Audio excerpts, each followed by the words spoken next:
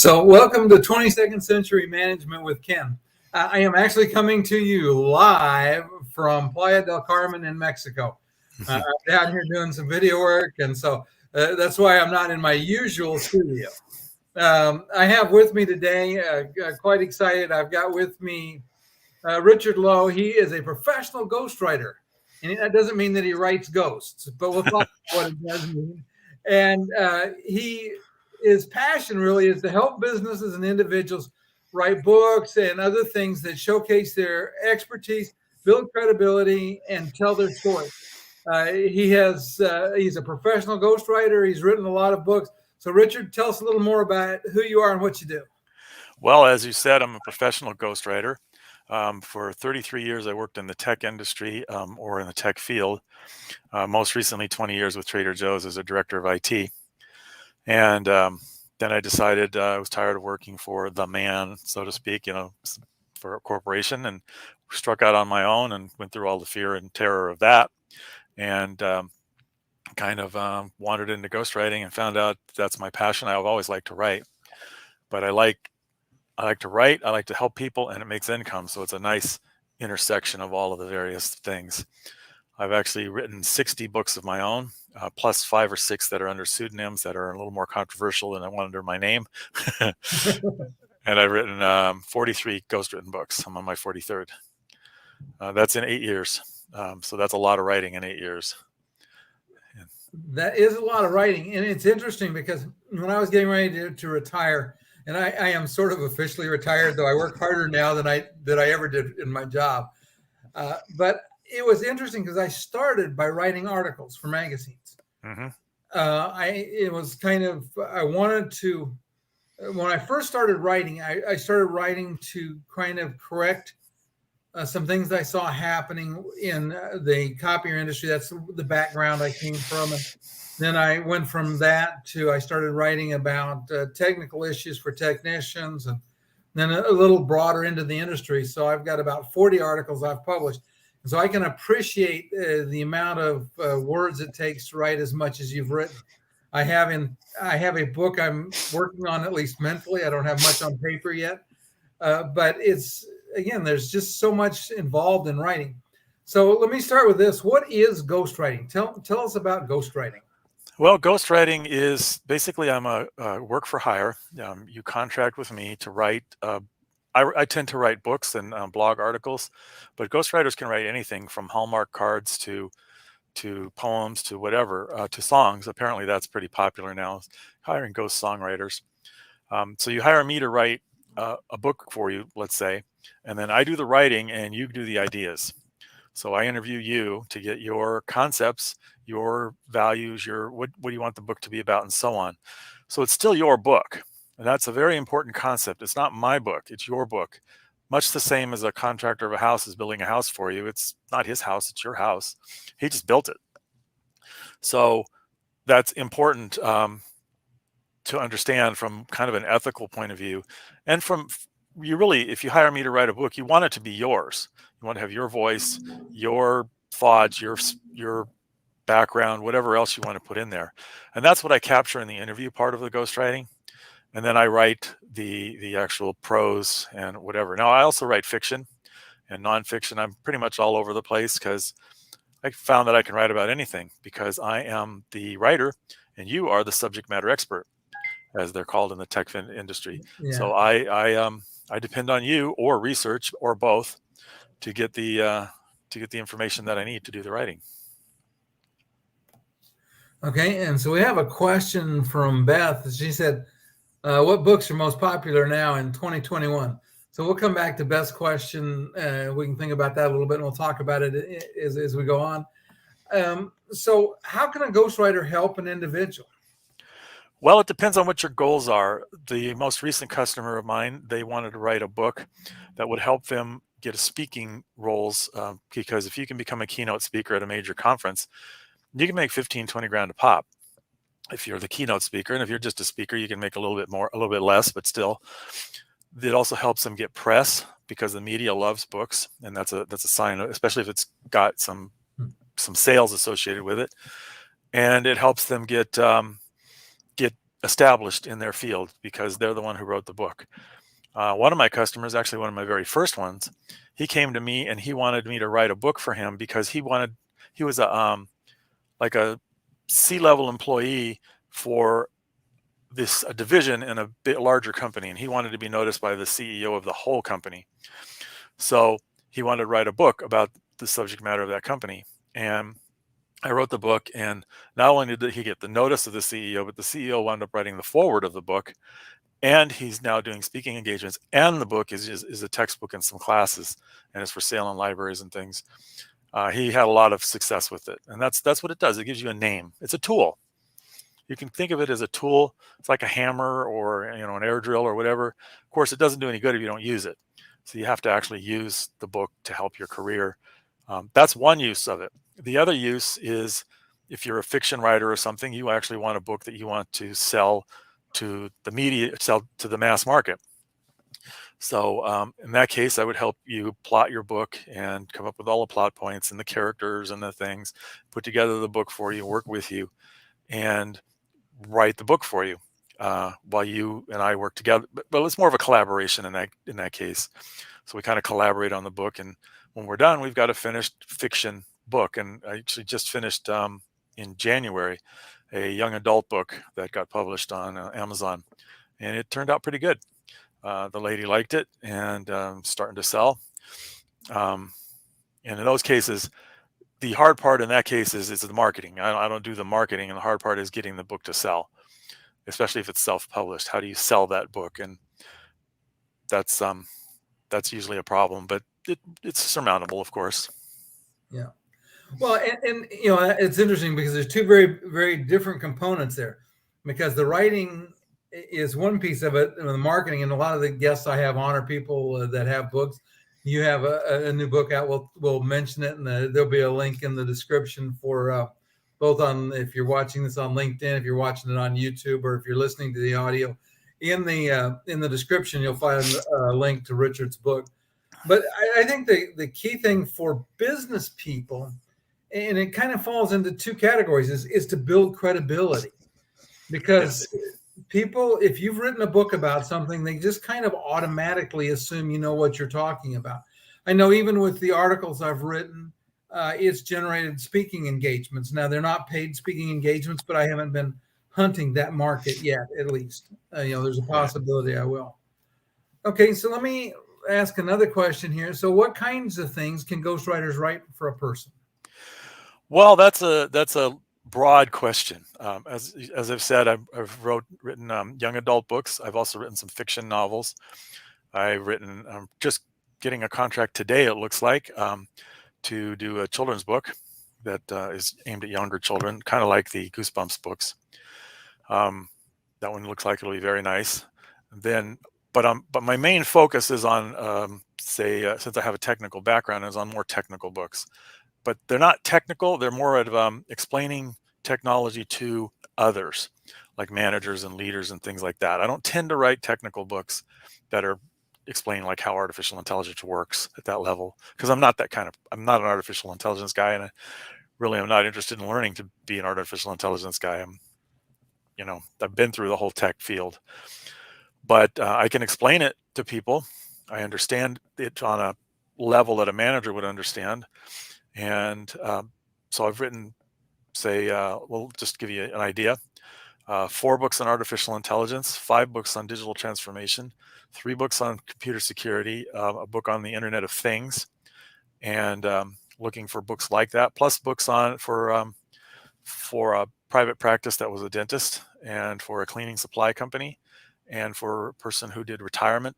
So it really runs the gauntlet of things. The 3 last books I mentioned, the dentistry one, she wanted to have something in her office that she could give out to her patients that explained how dentistry works and what all the different things were.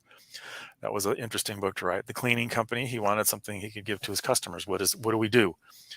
These were actual 200-page books all about their franchise and that kind of thing. So it can be anything that you want me to write.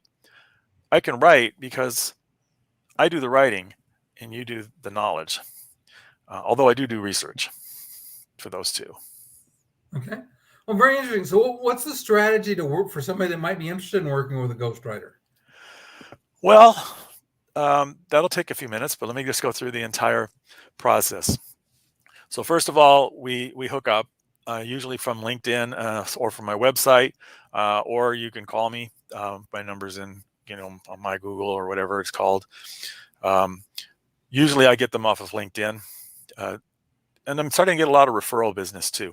So you contact me, we have the initial free consultation that's up to an hour long, and we talk and chat about what your book's about and what you want to write about, and I explain exactly what I'm going to explain right now to you. So we go through the whole process from front to back. Once we do that, I put together a contract. It's called a statement of work, with all of the terms that we talked about and the price and so forth.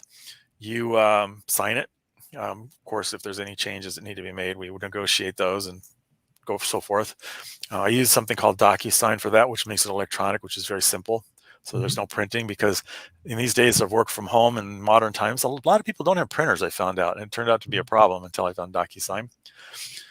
And then you pay your invoice, the first invoice, which is there's a down payment, and then we get started. The first part of the book, usually the first 2 weeks to a month, is strategizing the book, coming up with the table of contents, coming up with the theme, the view, the voice, all of the various things that are the front matter. If it's a fiction book, it'll be coming up with the plot points and the characters and all the other things about that go to the book. So that's what we're doing for the first month usually. After that, I try and target 1 to 2 chapters per month, and we basically work on 1 to 2 chapters per month, beginning with interviews at the beginning of the month, an outline which you approve. Then I write the first draft. You get to see it. Now the first draft is going to be very rough, and it's not spell checked or anything. It's a first draft for you to look at and say, yeah, these concepts are right. They're correct. Of course, I do use a spell checker from the machine, but I haven't manually gone through it. And then if you like it, or I take into account your comments, I polish it up, send it back to you, and we move on to the next chapter. The idea is by the time we're through the book, we have a book that's in pretty good shape. And then there's a final revision of the whole thing. And then I always recommend that they send it to an editor, usually a line editor or a copy editor, that then takes that book and puts a final polish on it and cleans it up. Editors tend to know what markets and what looks better, this style from that style and so forth. They get real nitty gritty and picky about it. And then it kind of depends on how you want to go from there. Do you want to traditionally publish? Do you want to self-publish? And so forth. Now, backing up a minute, while we're writing the book, there are some things that need to be done. And this is usually done by the author. So let me explain. I'm the writer, you're the author. So if you hire me, you're the author. I'm the writer. So I'm the bricklayer. Yeah. So the author has to then build up a following, because if you're going to sell it to a traditional publisher, the first question they're going to ask is, how many followers do you have? Or engaged followers. They're looking for people who are actually engaged. Right. If you're self-publishing, you want to have those followers because they're the ones who are going to buy the book. So during that 6 months or year, or however long it's going to take us to write this book, you, the author, need to be building up these followers. What I recommend you do is choose the channel you like, usually one. So if you like videos, YouTube. If you like pictures, Pinterest or Instagram. Instagram's probably a little better. If you're kind of, I don't know who likes Twitter, because I don't. But if you're that kind of person, Twitter. If you're going to consumers, Facebook. If you're going to businesses, LinkedIn.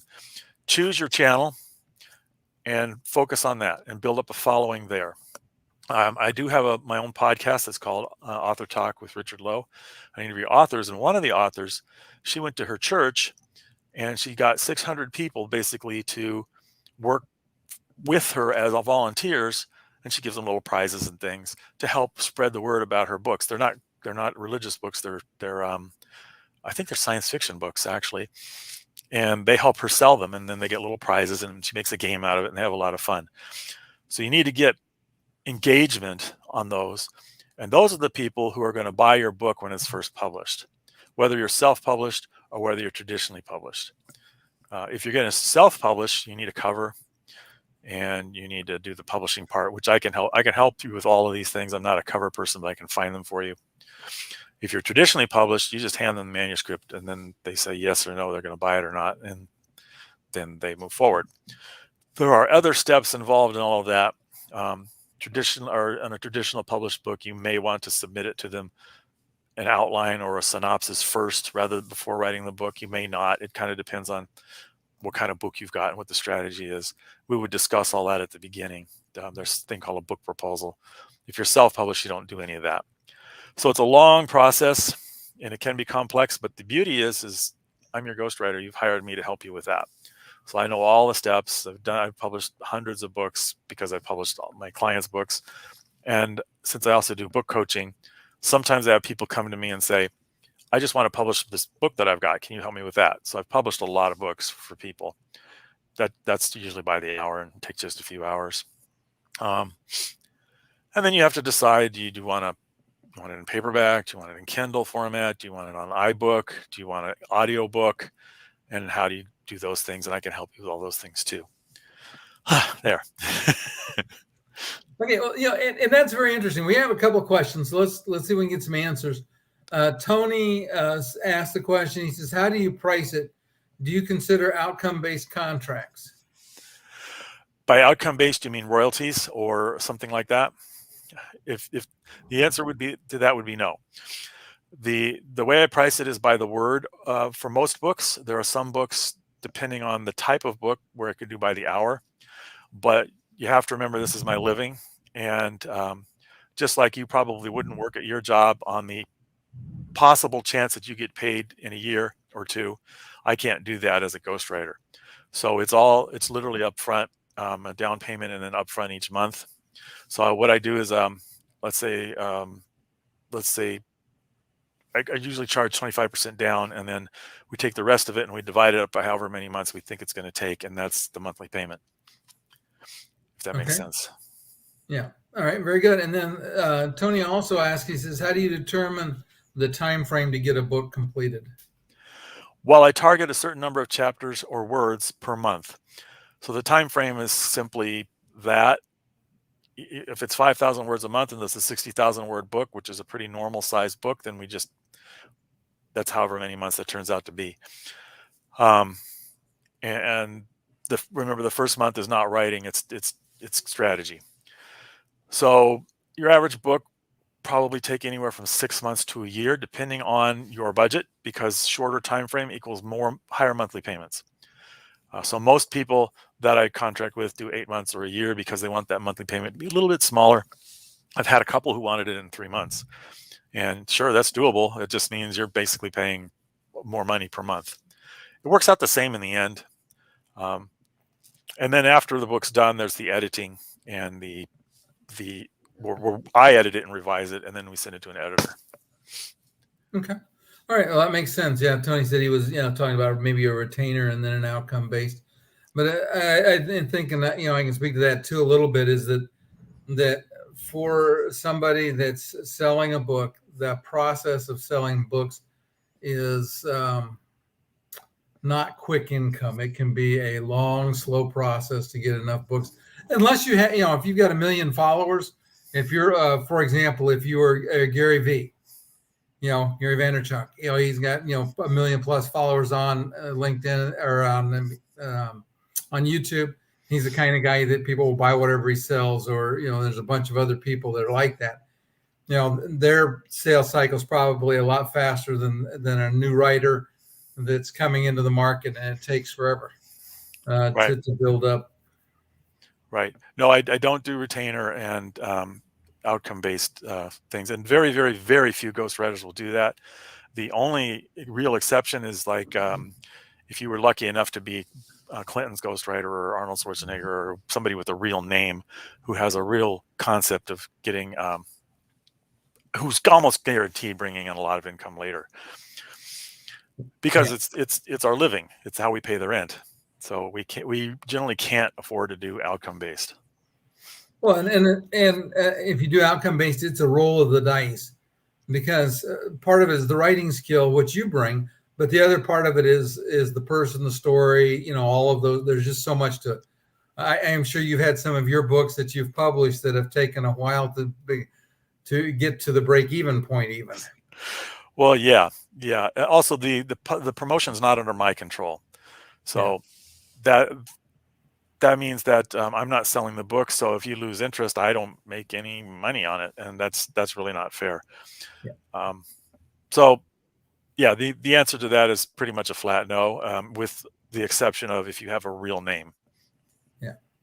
Okay, so let me ask a question, because I go back to thinking about my book, and I've been thinking about this as we talked a little bit, because what I am thinking about is creating a book based on the course I teach, because I teach service management in the Okay. copier industry.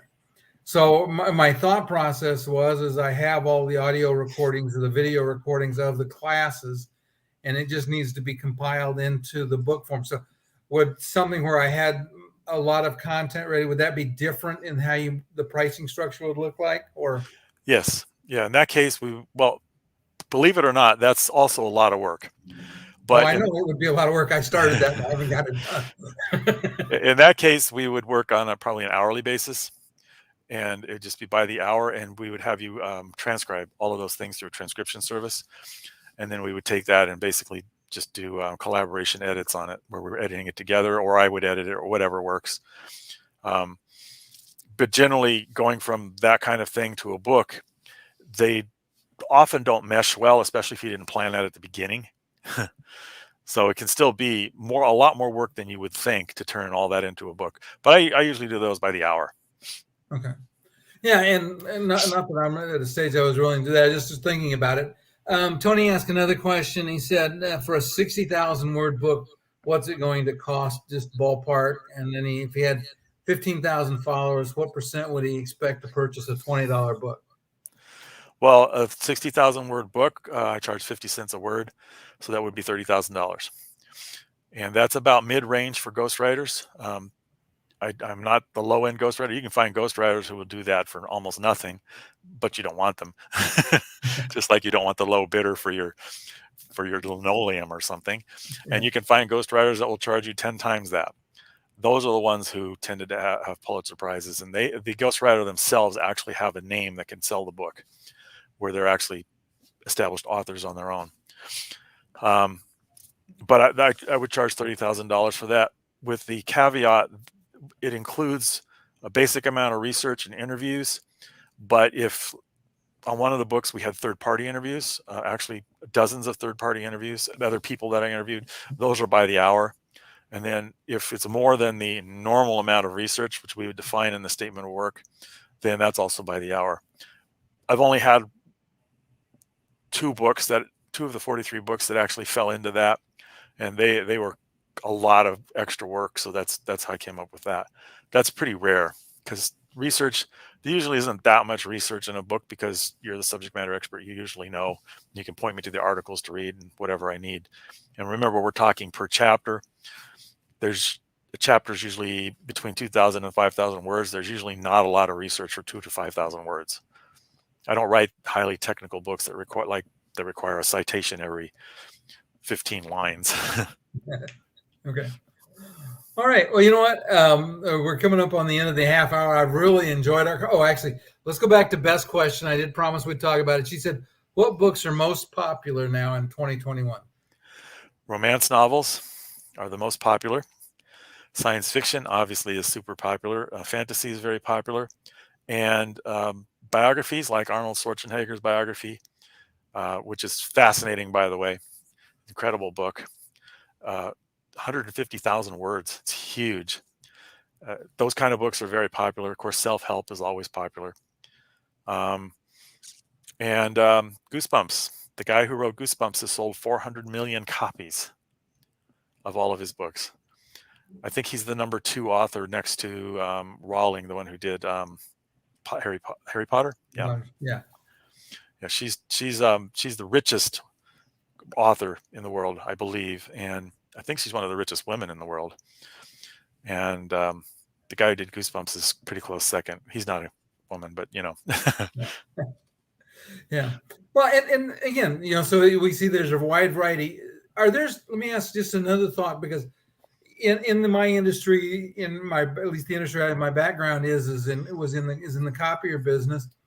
And one of the things that I see, as a marketing tool even, would be to think about newspaper articles. For example, if you're trying to build credibility in your marketplace, if you could write and get newspaper articles published, about what your business does for others.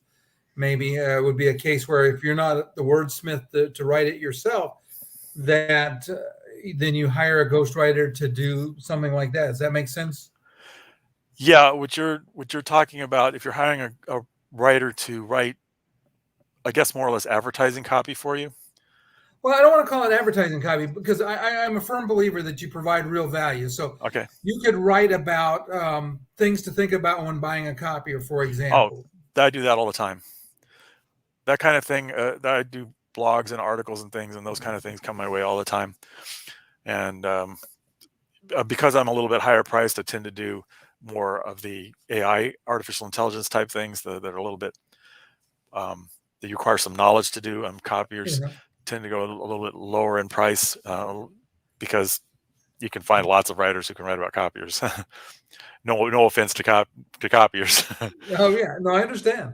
Yeah, which it's harder to find writers who can write about AI or whatever and make it sound good. But I certainly have done a lot of that when I was starting, and it's certainly in my bailiwick. But if you're getting into the advertising field, you're getting into a copywriter, not a ghostwriter. And a copywriter is an entirely different thing. Copywriters will go for probably 10 to 50 times my price. I mean, one single page of copywriting could cost you $100,000 because that copywriting is going to sell your product. And when you look at it, you could make millions of dollars off that one page. So copywriters, they charge whatever they want if they're good. Yeah. And again, I think of it, and then I go back to where I started my writing was, I wrote to build my credibility so people would respect what I had to say.